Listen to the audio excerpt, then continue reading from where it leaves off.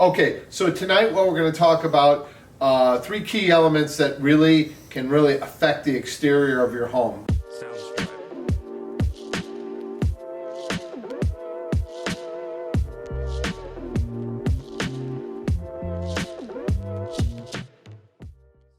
Hey everyone, Mark here tonight, and as you can see, got a little different setup here, and we're going to come at you with a little different perspective, but we're going to use this miniature house in talking about your specific home and some of the problems and maybe some of the lingo or verbiage, you know, what we call certain things on a house, so you can get a better feel for when we talk about a window sash, you understand what that completely means. So tonight what we're going to talk about, number one is Mother Nature, number two are animals and creatures, and number three, you guys, yourself.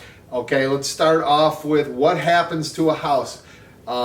Recently we just had, in the last 2 months, a major hailstorm come through, did a tremendous amount of damage, tore up a lot of roofs. We have a project we're ready to start that it actually tore up all the spindles. The hail tore up all the spindles on the deck. So you've got hail, you've got rain, you've got snow, you have heat, you have humidity. So you've got a lot of things working against your house at all times. I always joke with my customers, just imagine if you were outside 365 days out of the year from sun up till sundown and see what you would look like afterwards. So, you know, Mother Nature can be real tough on you. Now, secondly, you're going to have some issues with, bugs. We'll start with ants, carpenter bees, squirrels, where they get up, a lot of carpenter bees will drill holes, especially in cedar. They happen to like cedar handrails. You get wasp nests, you get raccoons where they'll get up and they'll climb up in areas and find little spaces like up in here. We have a house in close to us here, up in this dormer here, where basically in that little corner up in there, squirrels got in this customer's house. So there's a lot of areas where they can do damage. And up on a flat section, let's see, up here, if you can see it on the camera here, we had another house, very similar area, that the raccoons were using it as a restroom.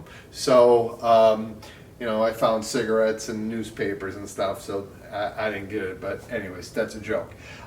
So they can really do some real damage to your house, woodpeckers, birds chewing holes through the siding, so there's going to be some issues. And thirdly, really is maintenance, where we don't do enough maintenance, okay? So areas like things that are vertical have a tendency to last longer. Things that are horizontal have a tendency to just weather faster.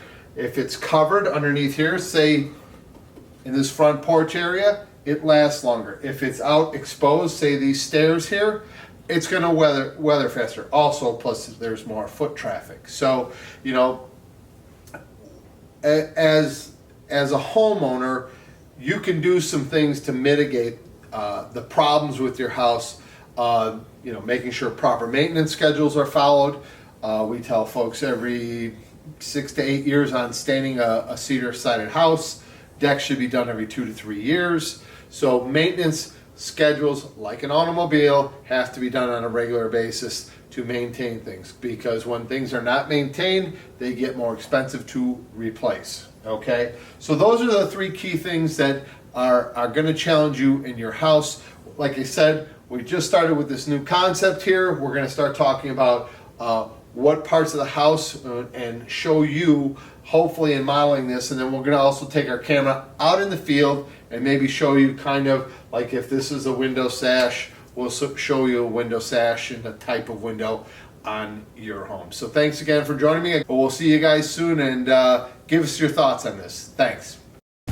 Thanks so much for checking out this episode of Big Tools, Small House with your host, Mark Lotz. Go online for more great information. LotzRemodeling.com. That's Lotz remodeling.com. And we'll catch you next time.